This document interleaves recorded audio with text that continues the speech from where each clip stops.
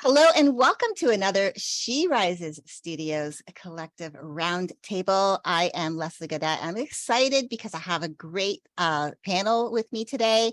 And we're going to be talking about legacy, about making a difference, not just a name. I think it's really important that we recognize that it's not just all about us. And of course, yes, we're in business to grow, to thrive, to do a lot of things within our own lives, but what can we do as a lasting impact to change the world?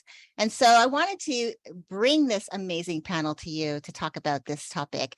First, we're going to start talking, we're going to introduce ourselves. So I will go first. My name is Leslie Godet, and I'm a self-care coach. I'm an international best-selling author in a book that actually started a movement back in 2021, and I'm excited to be a part of that. I'm also a wife of over 27 years to the love of my life. Self-care really played a big role in that. And that's why becoming a self-care coach is my passion, to help other women make self-care a priority in their life to support them in life and business.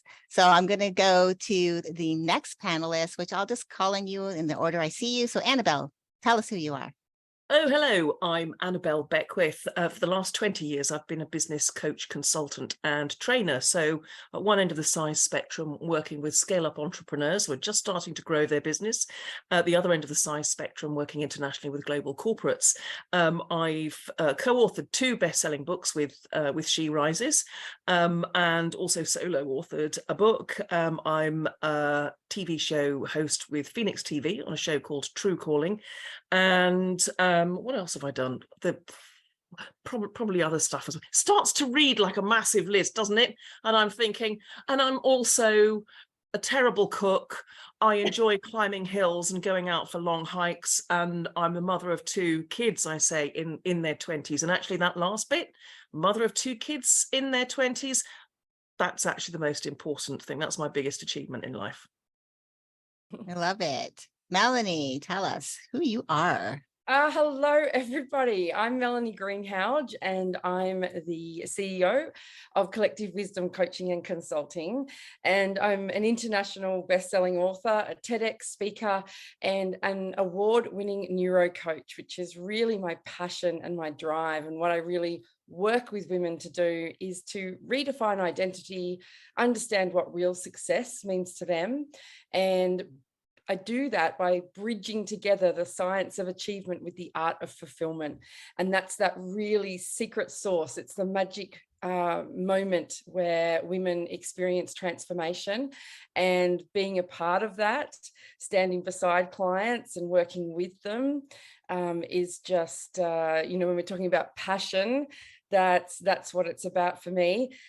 Interestingly, I am a mum of 4 kids. I'm a little bit like Annabelle. They're all getting a bit, and Hannah, they're all getting a bit older. So I still call them my kids. And one of them in particular, my baby, he's not a fan of that, but that's okay. Also married and have just been working with humans for, just over 27 years and loving it. So thanks so much for having me today, Leslie. Oh, it's a pleasure having you. And so, Hannah, I put it over to you. Tell us who you are. My name is Hannah Levis, and I am one of the CEO and founders of She Rises Studios. I have written 24 national and international bestsellers. I am a TV host of a show called Rise. I'm also the founder of Phoenix TV. I'm married to my husband. I've known him since I was 13. Between the 2 of us, there's 8 children, 7 grandkids, and a goat. I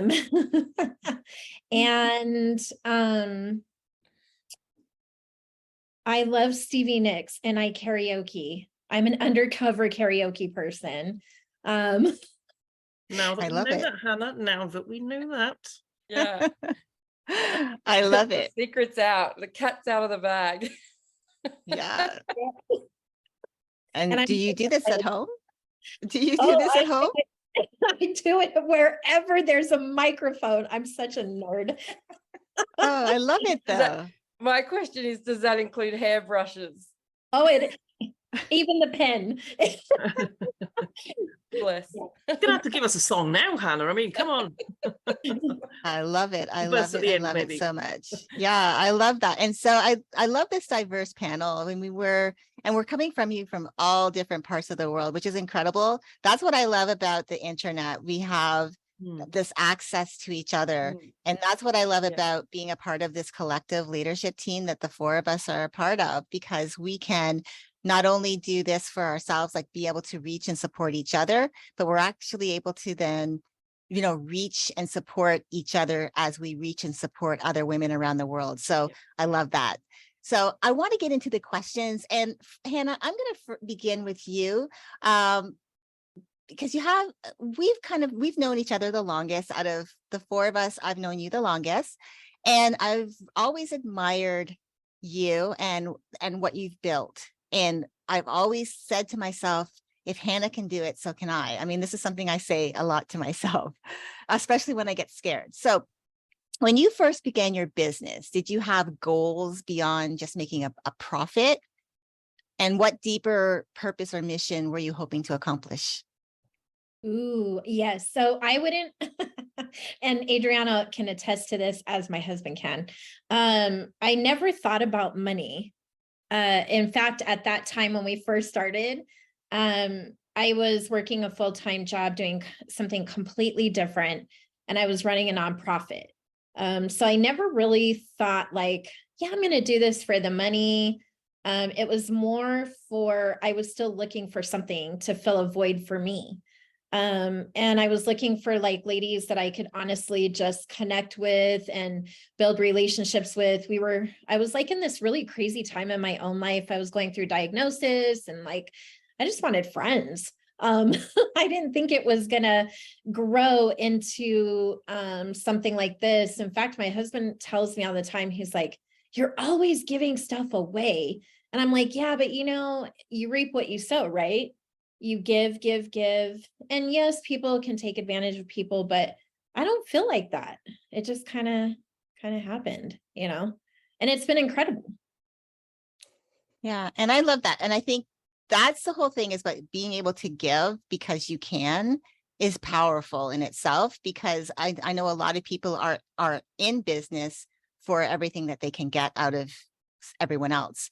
And that's, I think, one of the things about integrity, which I think is something that we've discussed previously on other conversations we've had, is that doing the right thing is important. And that includes the money you take from other people, if they're ready, if they're not ready. You know, I wouldn't take someone's money to work with me just because they're willing to open up their pocketbook, because if they're not ready, then I'm doing them a disservice. And I'm also doing myself a disservice because it's not in alignment. So I appreciate that that's where you come from, because I truly believe that is a really powerful place to be. I'd like to push this over to Annabelle. So when you first began your business, did you have goals beyond just making a profit? And what purpose or deeper mission or purpose would you, if you will, were you hoping to accomplish when you started? Do you know, when I started, I'll be brutally honest, I was focused entirely on the money because I'd just been made redundant. And my then husband wasn't working. I had two young children of then, I think they were like 5 and 3. And I thought, I've got to keep the show on the road here. I've got to do something. Now, with the job that I was doing at the time, it was it was a very kind of a niche role, as it were. So if I'd wanted a similar job, I would have had to move hundreds of miles away from where I am now, and that wouldn't have been good for my kids for all sorts of reasons. And so it was a question of thinking, what can I do that people will pay me for? Because I've got two kids. We've got a mortgage. I need to, and that was how it started. And so fortunately, I did find something that I could do, which was deliver training programs. Initially, that somebody else would write. I've got involved in a company that had some major clients with training delivery, and because I've got an acting background, I really think I could, at the time, I could just stand up and talk a good game. I could blag it. I wasn't quite sure that I knew what I was doing, but I knew that if I was that far ahead of everybody else in the room, they wouldn't catch me. And that seriously was how it started. And then somebody said to me, "Oh, you deliver training programs, do you write them as well?" And I thought, well, how hard can it be? So I just said yes, and found that that was something that I could do as well, and actually skipped forward to probably about 6 or 7 years ago, where I'd been delivering training courses and writing training programs for other people for a number of years. And I was actually sitting in a hotel room in Cincinnati working with a great client in the States, delivering somebody else's material. And I thought, I love my job. I'm so privileged to work with wonderful people and travel, but I'm delivering the same stuff here that was 15 years ago. There's got to be something else. There's got to be something else. And from that point on, it's as though the universe went, well, she's figured it out now. And so from that point, I embarked upon, it's all, you know, it sounds really random, but things started to occur to me. I started to see patterns in human behavior and behaviors in business. And it has become an absolute compulsion, an obsession. It became a compulsion, compulsion, and whatever, a thing. It's late in the evening here in the UK. It became a real thing to write a book, which I did, battling imposter syndrome every step of the way. And actually, since then, the framework and the framework and the themes of my book, the principles within it, the business growth principles, are something that I'm increasing to build on. So, as a slight sidestep to the coaching program that Hannah's currently running, it's very timely that now is the time to take this and really move it to in a global direction. And so now it's actually, for a wee while now, it's not just been about the money. If all I was concerned with was making money, I'd be in network marketing, because I think it's a really good business model. But whenever I've been invited to it doesn't matter what the program is, what the company is, it's like, yes, I know that, I understand that, but I've just got this compulsion to, I really want to help business owners and founders, men and women, build businesses that they love and that will sustain them and help them fulfill their personal aspirations. That's the end game. So it's kind of shifted significantly from we've got bills to pay to, and now I want to leave a legacy. This is what I want to give people, and this is the difference I want to make in people's lives. And I love that, because there's a ripple effect. Like, it's not just about the now, it's about how is it going to affect future generations, which is what this is all about, what we do.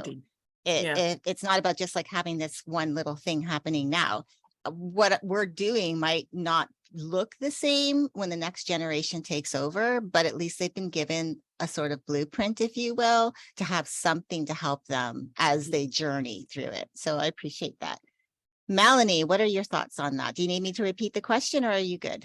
No, I'm good. It's really interesting, isn't it? Because we've all had 3 really diverse experiences, and I love that. Mine really shifting into business was motivated through like a career of working in Australia, what we call the community sector or human services. So was always working with very, very vulnerable people. So, you know, those that were feeling excluded, you know, whether it was through racism or sexism, you know, any of the isms really, that was about saying we need to other these people. And essentially, because what the neuroscience tells us is that we, in some way, we sit in a place of fear because we don't know. And, you know, that's always been a real driving force for me around human rights, around how do we, you know, I think there's some irony for me in the fact that, you know, if we all cut our fingers, we all bleed the same color.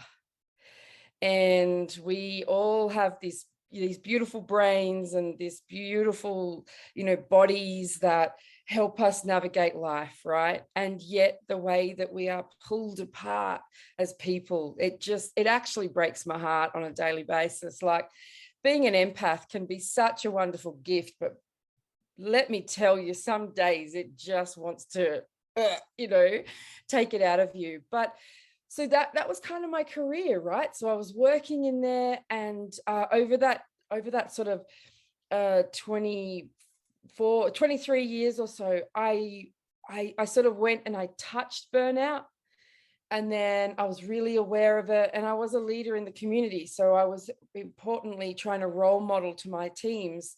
No, we look after ourselves in order to be able to help and look after others.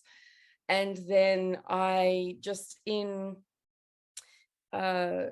hit a particular leadership position in an organization that didn't understand what we did. So that it was in academia, and I was in charge of looking after all of the students, and which was, like a community of around 35,000. And when the really bad things happened, it was my job and my team's job to restore their health and well-being as best we could. So, and I was really busy protecting my team because of the structure and the organization, and I got lost. I got really lost in it. I was hyper vigilant. I was in overdrive, and I ended up getting quite ill. And I say, my body was whispering at one point, and then it started screaming. And then I was like, oh, I hear you, sister. We better pull over to the side here and take a bit of a break. And so it's actually a little bit of a little bit like Annabelle, because if I'm honest, when I stepped away from that world and that role, and I was like, who am I? What do I want to do? And my husband was very supportive. But then, the rubber hits the road, right? We still had all these children, and we wanted to support them and also have a great life. So it was a mixture of, okay, yes, I need to be earning some money. But I also really came into a space where I was like, I also really want to do something that is now for me. But ironically, and, sometimes we might say I'm a slow learner, but ironically, I now sit here going, it's not, it is about me. I'm loving the vehicle that I'm driving now, if that makes sense. And maybe some of the people purchasing are different, but guess what? I still run things like women's safety program. I still, go back and I mentor, and I also provide professional supervision to workers in the industry to build them up. And so it's funny, there are some parts of my identity which have definitely grown, which is just beautiful. But there's also this really core aspect of me, which is, it's about the peeps. And but now I'm really aware of how I manage everything. And what's the best part is that it's not about the money. It's about the fact that if I wake up or if I'm in a panel like this and someone mentions something and I think, I like that. That's a good idea. I want to do that. Guess what? I do it. Yeah. I don't have to seek permission. I do some market research and I collaborate, and I've surrounded myself with, the management committee of life that are aligned with me. They're honest. Their egos are well tucked away, and they want me to succeed just in the same way I want them to succeed. So I just feel like I've won the lottery of life. Like I'm just, even my kids will say, oh, Mum, like, yeah, you say you're tired, but you're like smiling and beaming. And, they saw me during that really difficult time and were like, Mum, where are you? So that's kind of the feedback that you need. Yeah. Yeah. And what I really loved about just what you just finished with about your children is that they're noticing this difference of you from what they saw before. And even though you're tired, there's a joy within that, Exactly. It's not all about, it's not being that exhausted burnout. It's that, I'm satisfied with my day. I'm tired, but I'm satisfied with life. Yeah. And I love that. And I love what you're still doing too. So that is really, really good work. And each and every one of you are doing such incredible things in the world. And you inspire me to do better. I grew up in a single family home. My mom was white, my dad is black, but they weren't married. They didn't stay together. And so I grew up without a father in the home, without that positive male role model. And then we grew up in social housing. So I always felt like I was less than. So when I've said that I sometimes don't feel like I belong, it's like I felt that, all of my friends seem to have more, and I thought they were privileged. And so I thought only privileged people get that. And everything that I wanted, I had to fight tooth and nail for because it was expected of someone like me. So I was putting a label on myself. We label ourselves a lot of the times too. No one else is labeling us. Everything that all of the accolades in my life, all of the, when people have said they've loved working with me, I've been such a great asset to their company. That's not because I paid them to say that. It's because when I show up to do something, I put my whole effort into it.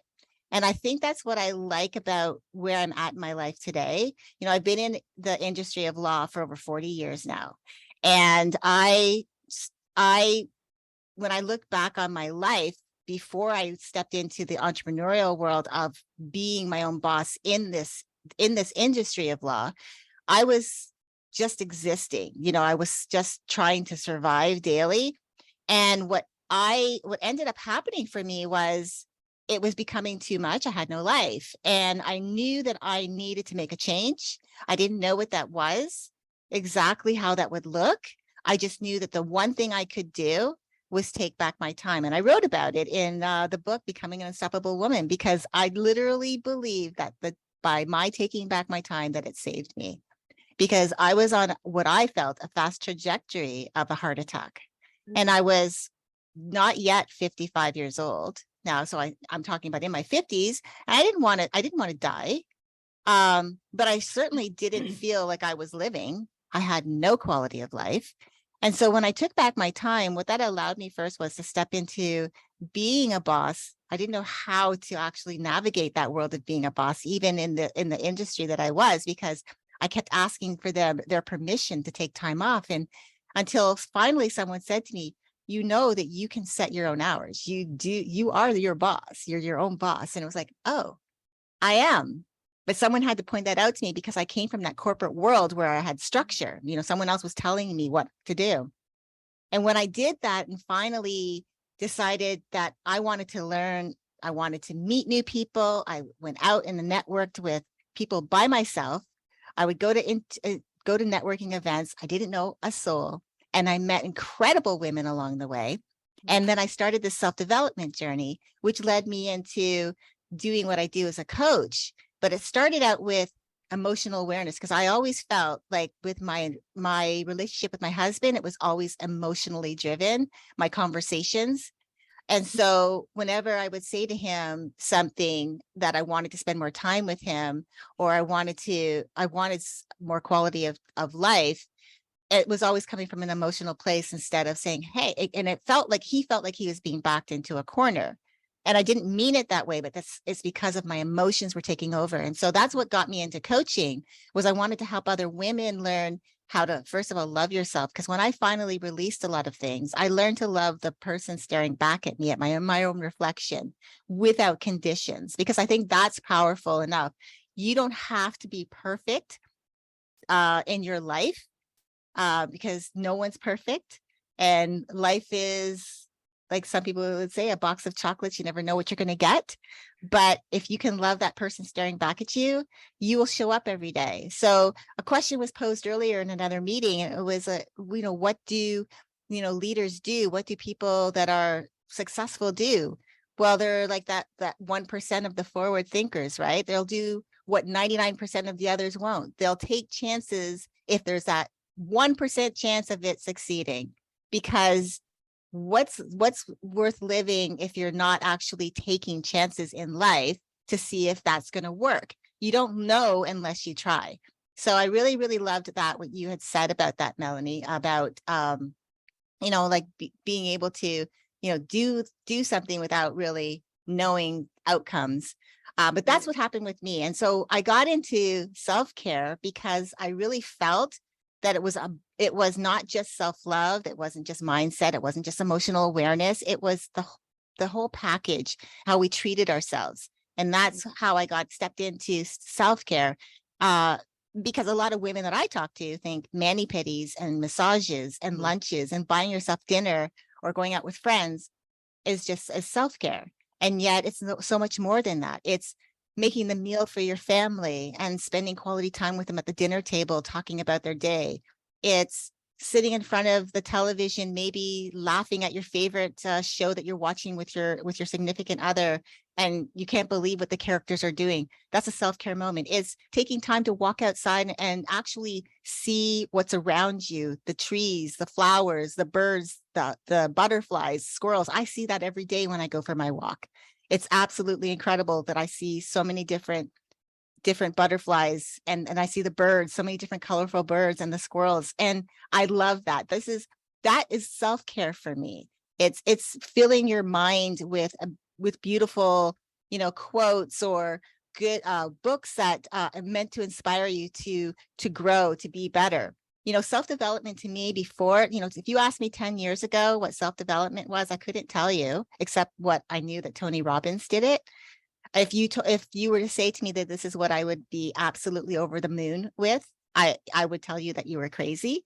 But this is something that is so important to me that this is my drive, my mission, my purpose, to really help other women so that they don't go through life thinking that wearing all the hats means you don't have quality of life. That is bottom line, what I want to do for this world. My lasting legacy for women is to show them that you can have quality of life while pursuing your dreams.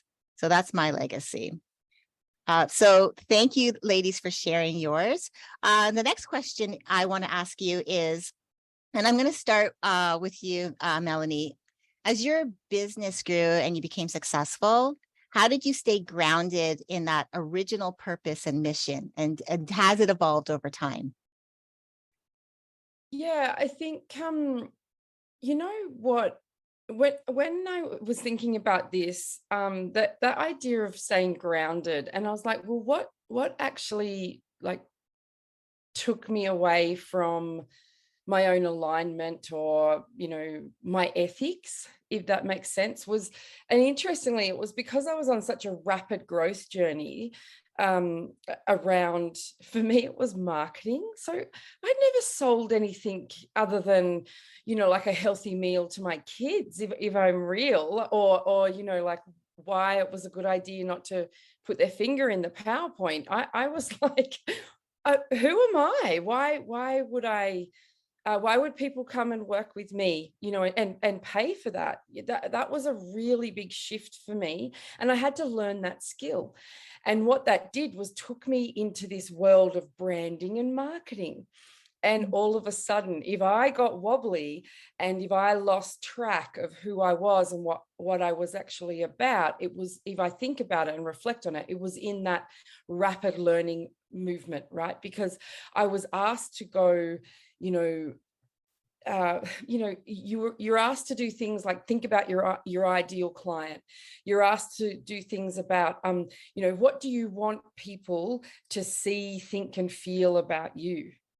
And I was, and it was funny because I suppose at my core, I was like, oh, well, I mean, like me, because, I use humor. I will sometimes be with people and they'll be telling me something and I will cry.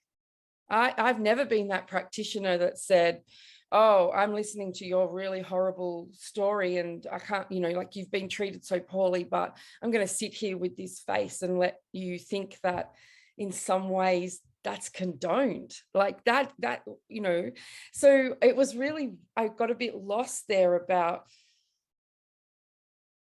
who am I as this entrepreneur? Who am I as a woman in business? And, there was lots of pressure in a sense to take on maybe more masculine energy, which wasn't working for me, right? If I'm honest, it was one of the reasons I walked away from where I was, because there was just way too much masculine energy. So, that's sort of where I got lost. And then I think it just, it was that remaining connected to that internal conversation with myself about going back to, like, what is my mission, you know? And so in the context of today's conversation, it's like, what, and it always has been, what is my legacy, right? Because the one thing that I do know, and my own personal life experiences, is that, and it is a cliche, but the cliche comes from the people that have had that experience in their life, is that we don't know what tomorrow brings.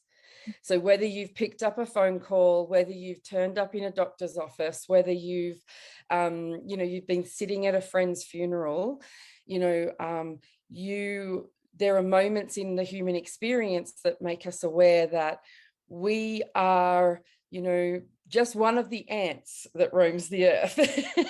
And we don't know. There's no magic, you know, looking glass that tells us our future. Yeah. So, but the truth is as well, right? It's really hard to wake up every day and go, well, today might be my last, and so I will make the best of every moment, right? So you've got these two ends of the continuum. And so for me, that what I practice, you know, and this is where the rubber hits the road, right? Because if I want to be someone that people want to work with, I have to be authentic. And so for me, that the way that I stay grounded is that I step out and I just sit with self. And, you know, I know actually Hannah and everyone on this panel, actually, we've talked about, particularly in business, sometimes you need to stop the doing and be in the business, because that's when all that magic and energy drops in and says, you're on the right path. Or maybe you see a signpost and it says, you need to check and challenge that. Maybe go the other way. But if you're so busy with your head down and your bum up, and, you know, you're really, you know, you're doing, you miss the signpost, right? You don't see it.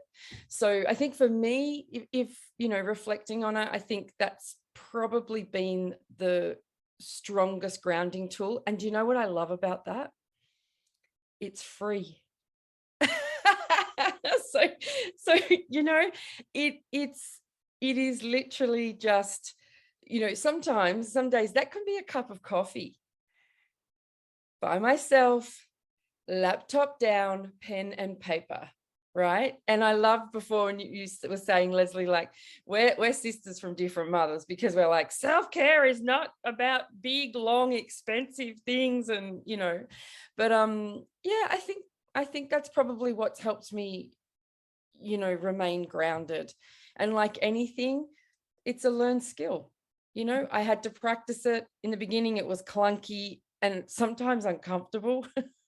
And I was like, oh, I know this isn't going well. Oh, you know, I wanted to resist it and just keep plowing forward. But, you know, over time, I've definitely been able to sit in that place and go, I need to feel the discomfort, because maybe my idea is actually crappy. Yeah. Thank you for sharing. I appreciate that. Hannah, what about you?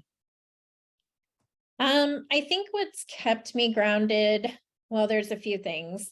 So I've been unhinged almost my entire life in some way, shape, or form. I always say that I was born fighting for my life, fighting for my space or a seat at the table, fighting for my worth, fighting with myself, you know. So when we decided to open She Rises Studios, I was battling some, I don't know, I don't want to say limiting beliefs, but there was like some really heavy chitter chatter. And I had to kind of say, okay, so if I'm trying to display or share about empowering other women, helping other women elevate, if I can see the goodness in someone else, why can't I see it in me? So I had to kind of like do some self-assessment, which I highly encourage everyone to do all the time. It's really cool what you find out about yourself when you take the time to actually listen. So definitely one thing was and does still keep me grounded is self-discovery. How do I see myself? How do I value myself? How do I love myself? Self-care, self-love are two different things, but they work together. So always making sure that before I can do something for someone else, I have to be able to do it for myself. And then secondly, I think humility is a big factor. I came from a single parent home. My grandparents raised me up until I was about 12. Then my mom came in and said, "Hey, I want to be your mama."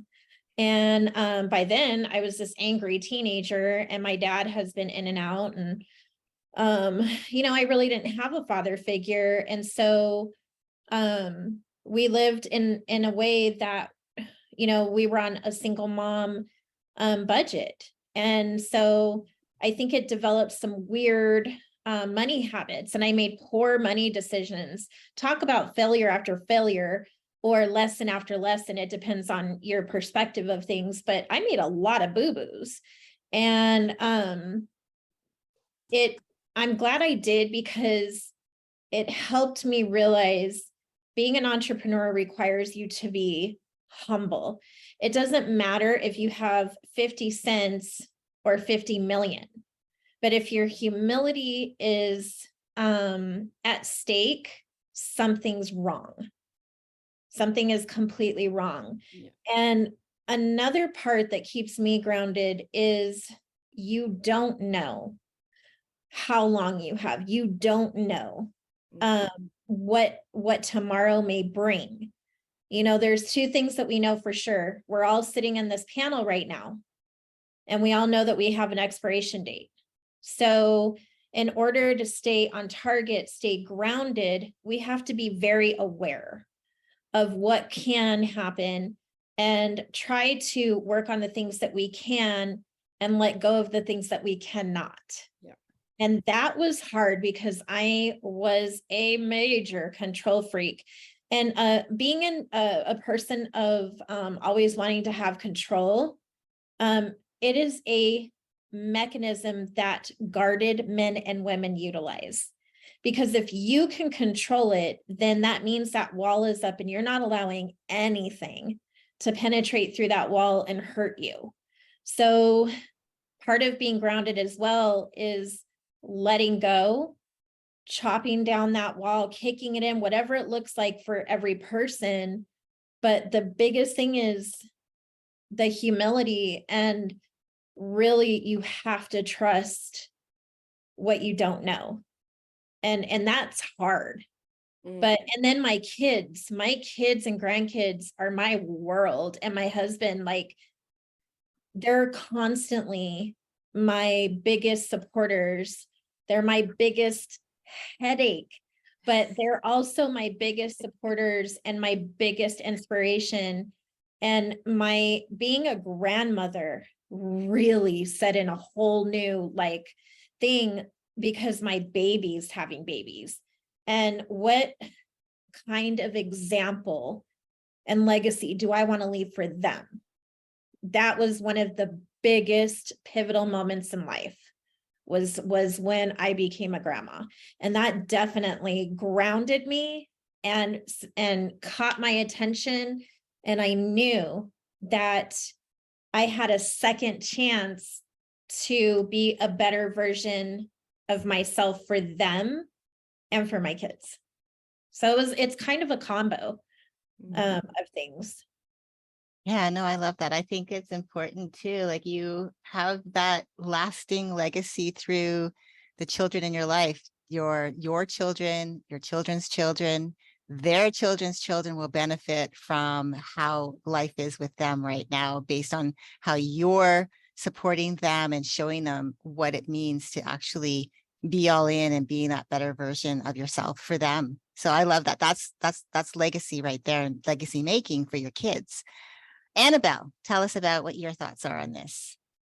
So a couple of things, really, just to echo what's already been said. My kids have always been a massively grounding influence. When I was just sort of telling a bit about how I, my preoccupation with money when I was made redundant, that wasn't the full story. Having been made redundant, I was struggling with depression. I had started to drink too much. I was smoking again, on antidepressants, and literally sitting on the sofa watching daytime telly and like Jerry Springer, which is never going to be very edifying, is it? Watching that sort of on the and I remember looking out of the window once and seeing my two children, very small, playing in the garden. And that was the thing where I thought, pull yourself together, woman. You've got to be a role model and a provider for them. So it's like, okay, stop feeling sorry for yourself. It is what it is. Now what? And that kind of phrase, it is what it is, now what, has been something that I've asked myself several times, you know, especially when things have gone wrong or whatever, and I might be railing against, oh, it's not fair, or why is it me? Or it's like, it is what it is. Get on with it. And so that's been a real thing. And now my kids are, you know, they're in their 20s now. I genuinely value their opinion. So whether it's a business thing or whatever, I will say, what do you think of this? Or can you sense check this or whatever, and ask for their opinions. And they are both really good. If I'm just going, and they're just going, Mum, just no. But why? It's going, just, oh. On the other hand, when I have moments of self-doubt, they are also there to go, but look at this, you've done this, look at the feedback you're getting, look at the results that client's getting. And I'm going, yeah, okay. The other thing I think with being grounded, and this is probably more recently as one grows and matures, is to, then this also echoes what's been said, almost to like tune into myself and to some extent seek my own counsel. Now, it's not like I'm not listening to anybody else's opinion, but it's sometimes, and I think particularly on the entrepreneurial journey, there's so many well-meaning people who want to give advice. Oh, you should do this. Oh, you don't want to do that. That's become a trigger for me. When somebody goes, oh, you don't want to do that, you want to do this. It's like, don't tell me what I want. But there's also sometimes people have another agenda. And I certainly found this particularly, you know, well, a few years ago when I was venturing into the online marketplace going, can somebody help me? I don't know what I'm doing. And it was like the vultures are circling and there's loads of people saying, buy my course, buy my course. You know that scene in the movie Spartacus where Kirk Douglas stands up, or no, he doesn't actually. They say Spartacus reveals himself. We won't kill you all. And then he's about to stand up, and then Tony Curtis or whoever stands up and goes, I am Spartacus, I am Spartacus. And it was like that. You're going, I'm looking for somebody to help me. And everyone's going, I am Spartacus. And you end up thinking, and then I ended up like buying loads of stuff that wasn't, wasting a hell of a lot of money, that wasn't fit for purpose, because I was listening to people and giving them power and control to say, what you should be doing is building an email list. What you should be doing is now building an email list. Yes, absolutely. Getting your website. Yes. Building sales funnels. Yes. But first, figure out what your purpose is. Figure out what you want and what your strategy is. Otherwise, you will be pulled this way and that and waste a shed load of cash. As I did. But that was the thing. It's like now tuning into myself. And when somebody's saying, oh, you want to do this, if I get that sense, and it comes back to Melanie, what you were saying, is like pausing for a moment. And it's almost like, you know, in the UK, you know, normally it's spoken about in relationships where you suddenly go off somebody or something, but to use the same phrase, you get the ick. Do you know what I mean? You suddenly go, and it's almost like that. You think, yeah, this is a good idea. And then something in you is just going, and it's like, listen to that. And for me, that tuning into myself and listening to that inner voice has been pivotal in grounding myself, because it's so easy to allow other people to define you. And sometimes you need to stop and go, yeah, I know everyone's telling me that I ought to do this and I ought to get a proper job, but people have given up telling me that now after 20 years. But to start with, you ought to do this, you ought to do that. And all the while it's like, I just don't want to. And it's having, just doing that, tuning into yourself. So those two things, my kids, who are always honest to the point of brutally honest, and actually learning and allowing myself, as Melanie says, the space and the time to tune into myself are the two biggest things for me. Yeah, I know. I love that. And I think too, with your kids, what I love about what they do for you, they help you to see your wins. A lot Yeah. of the time, women, especially if they're growing, like, I'm still in a growing phase, if you will, and trying to, and working things out for myself. But I feel in such an empowered place that we can be in that checklist mode where we're checking off everything, but we're forgetting to celebrate those things that Yes. we've already done. And Yeah. I think when you do have those celebration memories, if you will, they help you to be able to do things when you feel like you can't. And I think that's what I love about your kids, is that they're reminding you, they've remembered the checklist that you might have forgotten. And they're reminding you of those times when you need to be reminded of all that you've accomplished, Yeah. as well as you're also inspiring future leaders by allowing them to lead you at times. Because I think that's important. We can learn from the younger generation. Oh, most definitely. Most definitely. Yeah. I think, whilst we oftentimes we look for mentors, I consider both of my kids, perhaps my daughter in particular, she's a little bit older, as reverse mentors. Yeah, exactly. Yeah. For myself, I think my grounding has come from being a part of this community, being a part of first the She Rises Studios community. I didn't realize that there were actual communities of women out there who really truly did support each other, because there's still communities of women out there who don't. There are a lot of women out there who still do not support each other. But they're growing. It's becoming more the norm that we are supporting each other. The phrase collaboration over competition, although people think it's thrown around a lot, truly has meaning for me, because I grew up in a generation where we would say that we support each other, but when it really came to the support piece, you could look around and no one was there to be found. The saying, when you're in trouble, you know who your friends are, because either they're there or they're not. And so for me, community is a huge piece to help keep me grounded, being a part of women's communities like this one, having women in the communities that I'm really close to, that I bring into my inner circle, having them to support me, to remind me that I actually can do the things that I truly want to, even if I am afraid to do it. And then also, one of the things I think is a really hard thing for a lot of women, and it was for me for a long time, was asking for help, being vulnerable and asking for help. Because if I asked for help, that meant, especially being a coach, that I'm an imposter, that how come I need help on something? Shouldn't I know that already?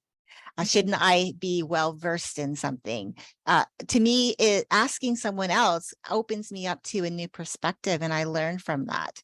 So being open and vulnerable and asking for help has, I think, been one of my biggest strengths that I've been able to cultivate. And then as well, leaning on my community. Those are the two things that ground me the most. Whenever I need anyone, I have a beautiful community to lean on. And so that's been really important to me. So I've been looking at our questions, and I really want to be able to hone in on the two questions I think are really important to answer, so that we can to stay to time, but also I think are important questions. I am going to start with you, Annabelle, with this question. What do you think is the key to building a company that makes a real difference or leaves that lasting impact? And how do you integrate social responsibility into your business model? Oh, interesting question. So the key to, what was the first one again? Sorry, I've got. No, that's okay. I know it's because I was going to start with the second thing about. Yeah. So it's really, what do you think is the key to building a company that makes a real difference, or at least leaves that impact that lasting impact that you want? And then how do you integrate social responsibility, or do you incorporate social responsibility? So like building a company, I think it stems from for me, it stems from personal motivation. And whenever I'm talking to entrepreneurs and founders about their own motivation, and this sits like outside the business as well, because absolutely invariably, the entrepreneur's vision, mission, personality, values will manifest themselves in the business and become a key part of the business culture. So it's those personal aspirations that will help to build that company, because the founder is living and breathing those things. As they bring more people in, you need to manage it a little bit more. It doesn't happen by accident. You have to curate it. But it's almost like there's an internal motivation and an external motivation, if you will. So the internal motivation might be, that maths teacher told me I would never amount to anything. I'll show her. or something, some personal inner driver. I want to give my kids everything I didn't have. But there's also going to be an external driver, because there's a number of different mechanisms by which you can earn the money to give your kids what you didn't have. It's the whom do I serve and with what, and to keep that person in mind at all times. And for me and for a number of people that I've worked with, that's been a real key thing, to shift a mindset from what do I sell? What do I sell? What do I sell? To whom do I serve? And that mindset shift can make a big difference. And the second point about social responsibility, I think there's several things here. I mean, because of my own personal values, I will always operate from a position of social justice. On a more formalized level, the United Nations 2030 objectives is something that I will work to, in terms of particularly like around equality, around diversity and inclusion, around giving back to the community. So, you know, being involved in schools workshops or young enterprise workshops, a couple of networks within Scotland where I'm saying I will come in and run some workshops for you, or with students to say, you know, so that whole give back piece is crucially important. And it's also that when I work with people who are on my team, within my associates and so forth, they have the same mindset, because when I'm selecting them to work with me on a given project, I've known them for years, most of them. That, you know, they started out just being connections and now they're good friends. But in bringing somebody on board, I will ask particular questions to absolutely ensure that we are on the same page with regard to our vision and values. And if they're not, then they probably won't be involved in the team. Yeah, I love that. I think that's, again, we're talking about legacy, right? We're making a difference, making a lasting impact. Melanie, what are your thoughts on that? Oh, look, absolutely, to be like what she said. But also I think, you know, really for me, and what I think fundamentally sits beneath what Annabelle was talking about as well, is around connection.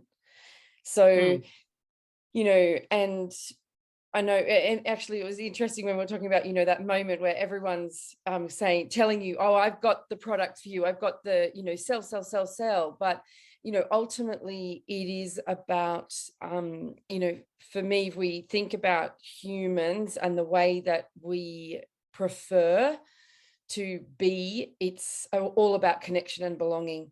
And so when we're thinking about how do we create a company that makes a real difference, it is about, you know, as Annabelle remarked, you know, knowing who it is that we serve and what are those values and the purpose and how does that align, and then just staying in that delicious connection with them. And, you know, I think we've probably all experienced it, whether it's, you know, you're buying something in a shop, say a piece of clothing, and the person's like, yeah, you know, you look great. And then as soon as you say, yeah, I'll take it, then they're just like, yeah, what? Right, you know, they're not interested anymore because they're like, I got the sale, right? But there is just, for me, you know, beyond that moment of you know, I mean, and in a way, sales for me is just, it's another, like, it's a financial connection, right? And then what we're laying down is the commitment that I'm making to you and that you are making to me and that we are making to ourselves.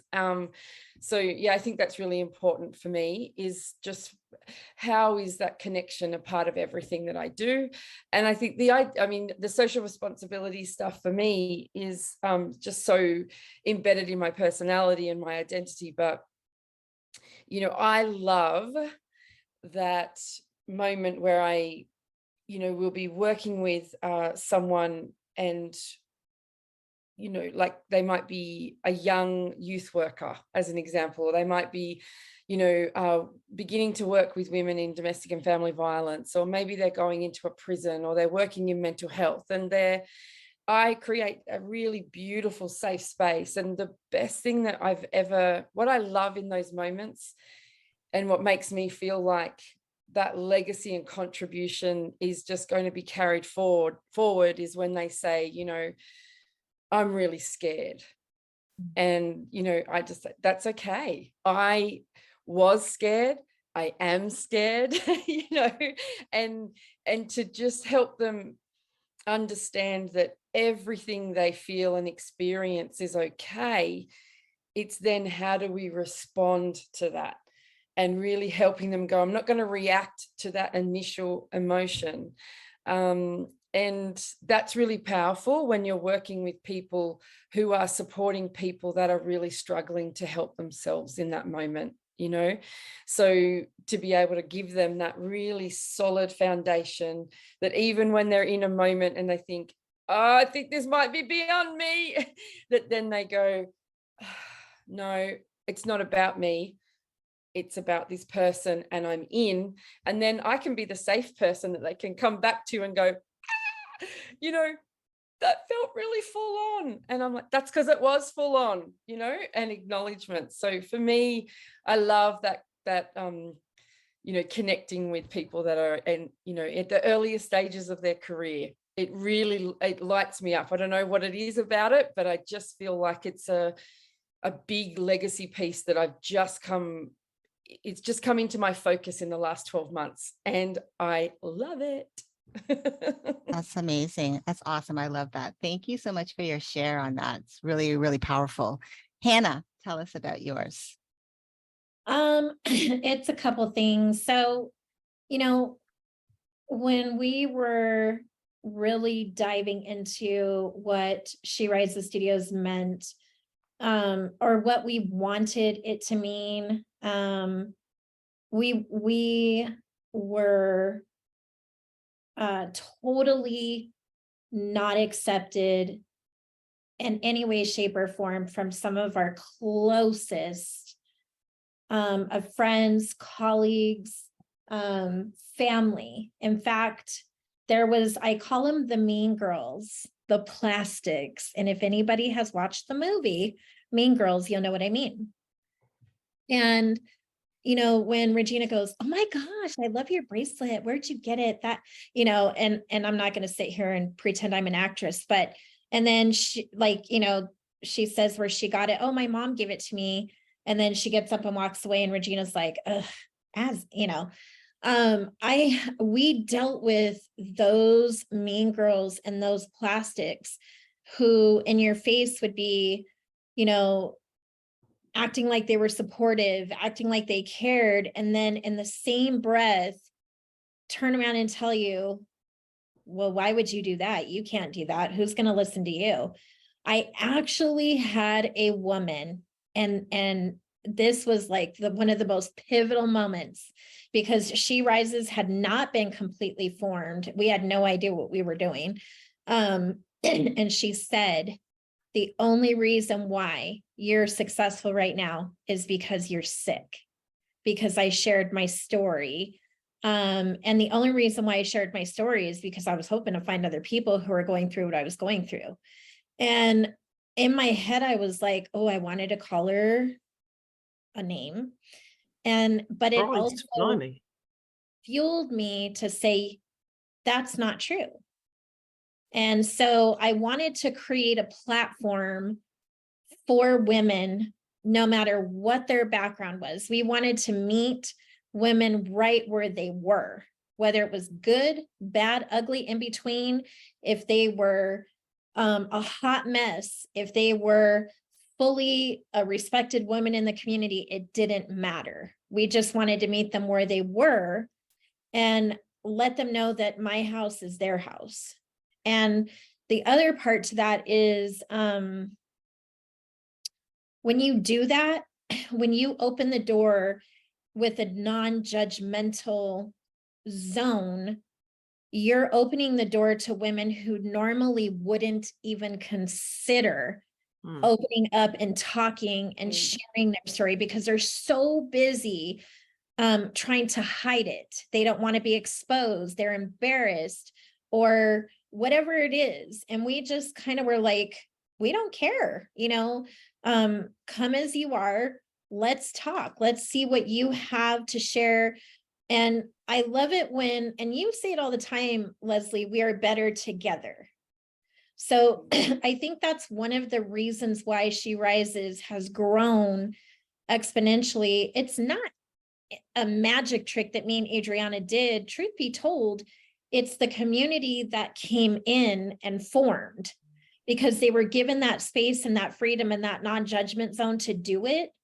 And also one of the biggest factors when you're talking about like social responsibility, we deal with women from all over the world, and every single woman comes from a different culture. So if we don't take the time to understand the other person's culture and the way that they do business, and we just assume that our way is the only way, that is not social justice. So I think people utilize the words diversity, inclusion, and all those very loosely now. But really, if you take the time and understand the language that people are speaking, there's a lot of similarities, right? But there's also differences, and we have to embrace that not everyone is the same. We're equal. You know, that's why I hate using words like minority. Like, you know, I'm Latina and Norwegian and Italian. So when people say, well, what nationality are you? I'm like, oh, I'm a lot, you know, but I can't really say, oh, I'm Latina and I only embrace that. I also can't say I only embrace my Norwegian heritage or my Italian heritage. It's kind of a combination, right? So I want to explore those and I want to understand that. And I think that's one of the biggest responsibilities we have as CEOs, entrepreneurs, solopreneur, whatever that is, as human beings, to understand other people's cultures, their language, their body language, and know that our way is not the only way, right? It's an open arena. But kind communication can be done in any language. Correct. That's the one thing. So when you try to have, like we deal with women all over the world, right? And I have to tell you, Annabelle, there's been a couple of times where she said a term of endearment, and my whole heart wants to laugh because it's so funny, but I don't see her laughing, right? So how she's saying it versus how I'm taking it are two different ways. But she literally like ignites my laughter. And I've said this a gazillion times. And I'll even take it a step further. I was in a Zoom room and I cannot remember what we were talking about, but she is from the UK and she was talking about health issues. And she said, yeah, I work with women who deal with trapped wind. And I was like, so I'm like, I went to go and I'm like, and then I couldn't even hold it in because I knew exactly what she was saying, but it's just even that trapped wind, past gas. And there's lots of other ways to explain that, right? But it's her culture. It was how they talk about it, you know? So we have to listen and embrace the culture and the language of others, but at the same time, display a major amount of kind communication and share that kind communication and let that platform expand. So that would be my answer to those two. Yeah, I know. I love that. I think, yeah, that whole thing about understanding that we're all different, but that's okay. I think I love the fact that we're all different, that we bring something different to the table, even in the community that we're in. And that's okay. We can embrace that. So I love that. For me, so there's a couple of things. Why I do what I do really is because I know it's not about me. I always have come from a service-based mindset. I want really to empower the women that whoever I get to be in the same room with, it as I'm privileged to work with them. I want to be able to make their experience that I'm really hearing them, I'm seeing them, I'm allowing myself to understand where they're coming from, and also not being the person telling them what to do, but helping them see that they already know. And I think a lot of the time when we're stuck, we're in the middle of things, we think that we don't know the answers, but they're there. It's just they're trapped. And when someone else from the outside who's not in it, they can easily come in and say, well, have you thought of this? Which opens them up to start thinking about the solutions, because we're usually focused on the obstacles in front of us. So that's one of them.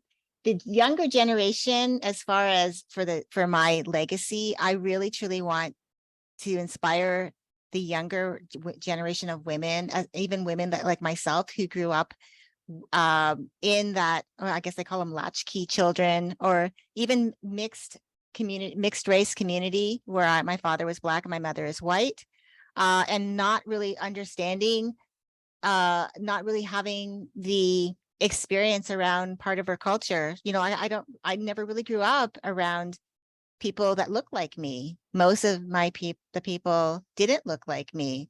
I didn't know that I didn't think there was anything wrong with that. My mother raised us to believe that it's all good. That, the way we're growing up is all good. Whoever my friends were was all good.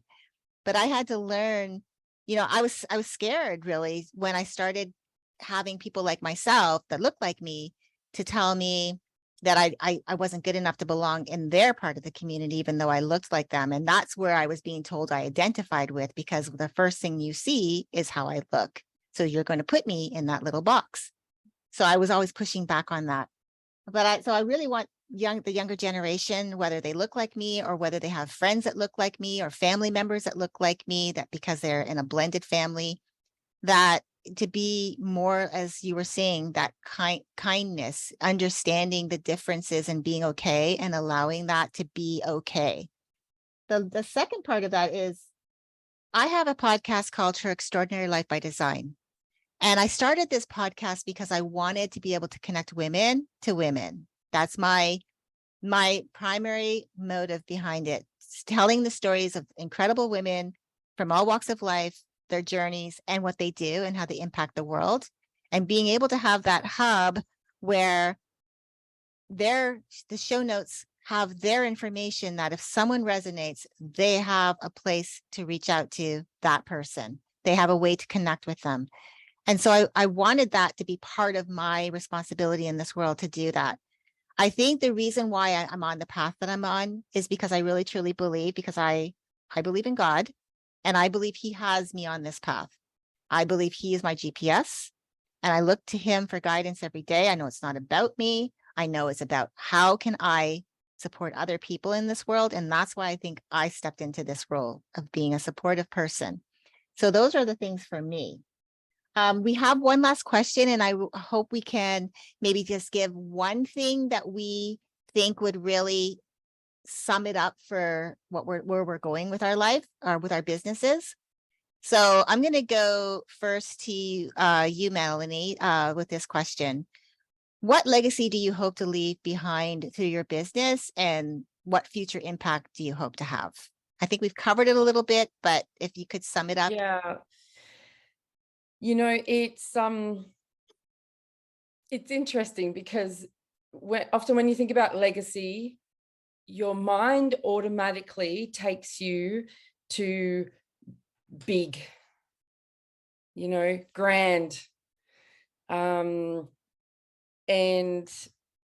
I think given the conversation we've had today, and I'm reflecting on, what Hannah and Annabelle and yourself have been saying, Leslie, it's actually even shifted my own thinking, which is that, the legacy for me is actually about all the micro moments. It's about all of the small conversations that I have with the people that I work with, the people that I love, the people that are build me up, and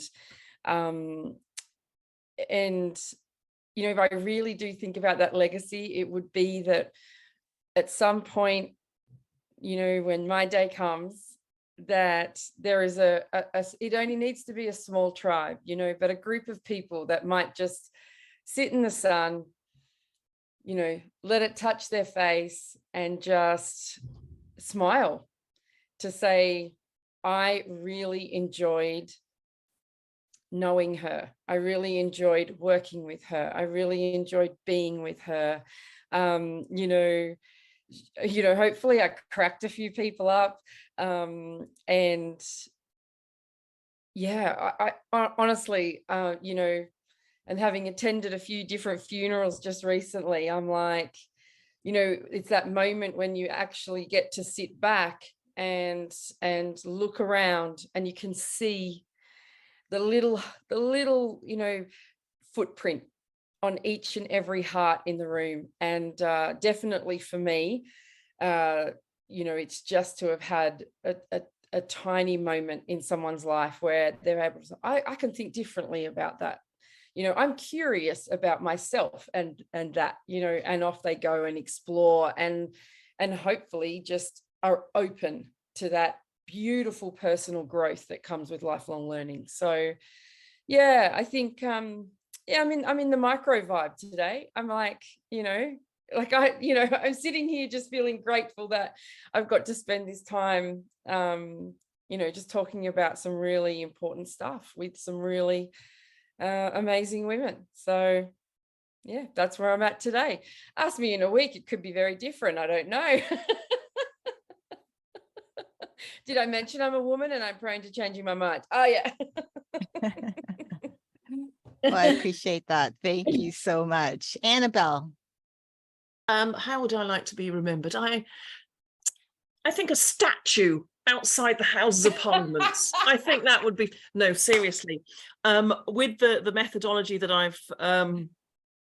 I've developed, I would like that to be my legacy, so that in years to come, in decades to come, people will still refer back to it and say, that is the way to build a values-led business that is successful, and which in turn has an impact on the people who are founding it, those who operate, the teams within the organizations, and the clients that they serve. So that's it. I want my framework to be my legacy, and the statue, obviously. I love it. I love that. Hannah? I'm sorry. It's like, can I come for the ribbon cutting? Yeah, you know, there's a statue in Glasgow, as a slight aside, I think it's like Wellington or something, on his horse, some great military leader, and there is always a traffic cone on its head, always. That won't happen on my statue. You just never know. No. It's gonna come out of her mouth. Yeah. No, maybe I'm just thinking, maybe some sort of, you know, I don't know, what could we do? We could really muck around with that statue, Annabelle. Maybe like a tutu. Oh my gosh, if you put a statue of Annabelle in a tutu, I'm gonna need to be there. I think legacy is such a profound word. And it comes with high expectation. So I want to simplify my answer. Legacies are generation, right? The generation that came before us, the generation that came before that one, and so on.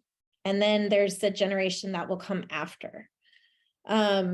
So I think that what I would most want for my time here on earth is to spend as much time as possible with the ones that I love the absolute most, the ones who have truly challenged me, who have seen me for me, that I haven't had to like do this facade and be somebody that I'm not.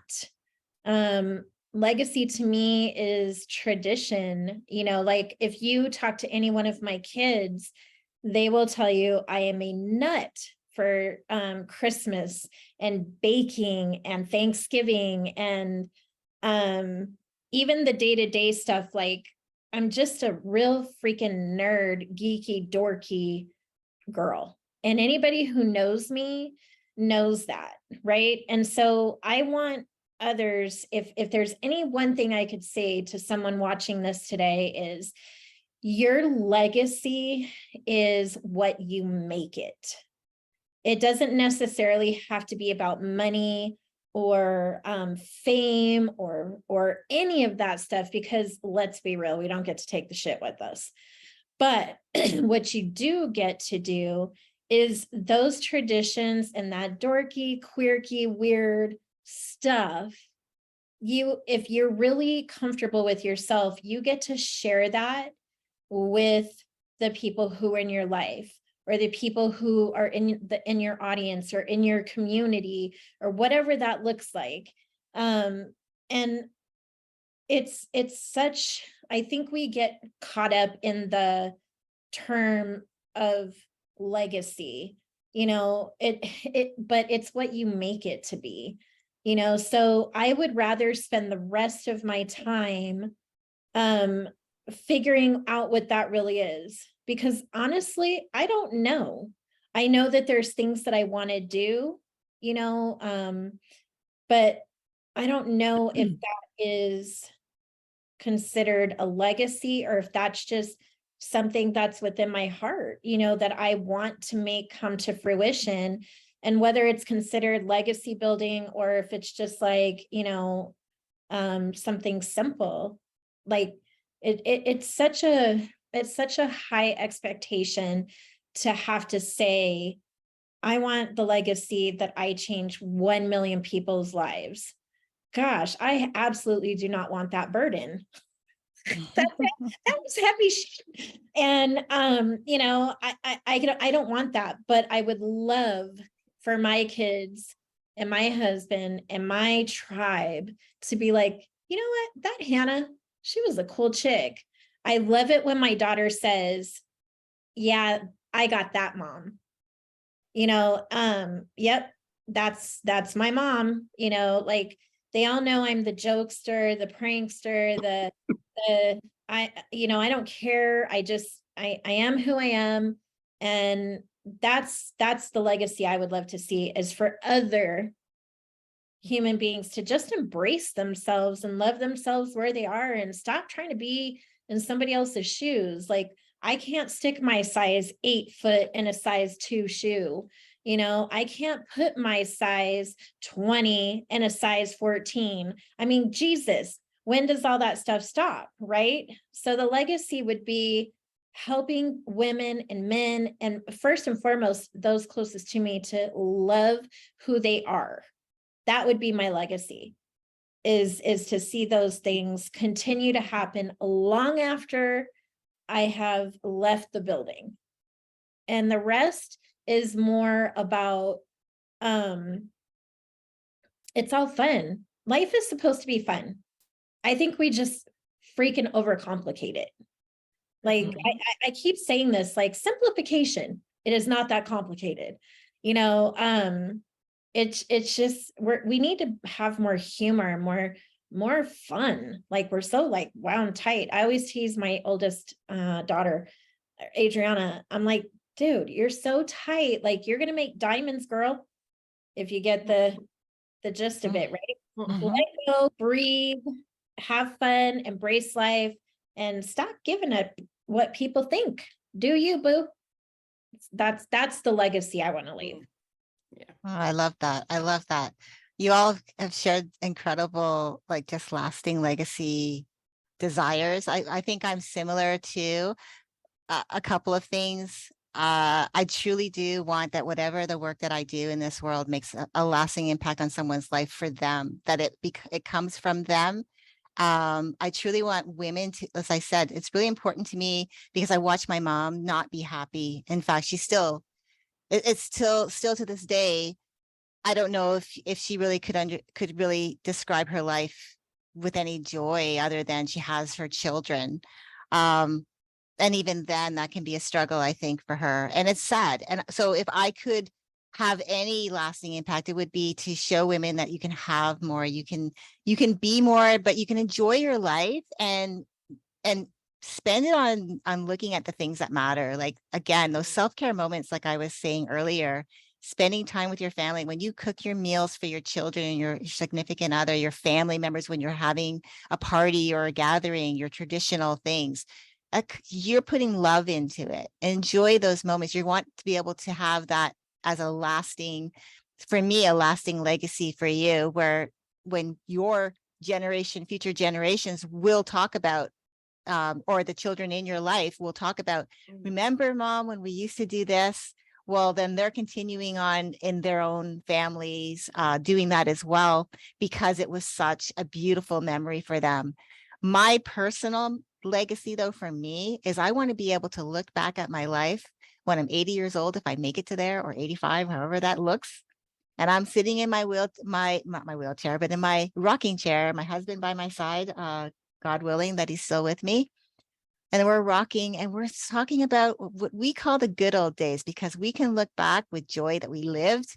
We might not have done everything we wanted. We may not have accomplished everything. We might have failed a lot of times, but we didn't just sit on the sidelines letting life happen to us. We allowed ourselves to be in the doing of life and enjoying life and celebrating those accomplishments and on all of that. I want that to be my legacy for me, that I look back and I say, yeah, man, oh man, what a life. I love it. I love that I lived. I truly lived. And that's what I want for me. So thank you, ladies, for this incredible discussion. I have really enjoyed hearing from each and every one of you. You inspired me daily. As I, one of, the things that I go through is, as I guess what I would call myself, a young entrepreneur, learning the ropes and learning how to grow, being inspired, stepping into action, being afraid along the way, but knowing that I have women like you that will support me along my journey. If I fall, I know that you're not going to let me fall. You're not going to let me stay down. You're going to lift me back up and help me. And that's why I'm so excited to be a part of this and what's coming next. So thank you so much. I really appreciate you. Well, thank you, Leslie. Thank you. Thank you. Thank you.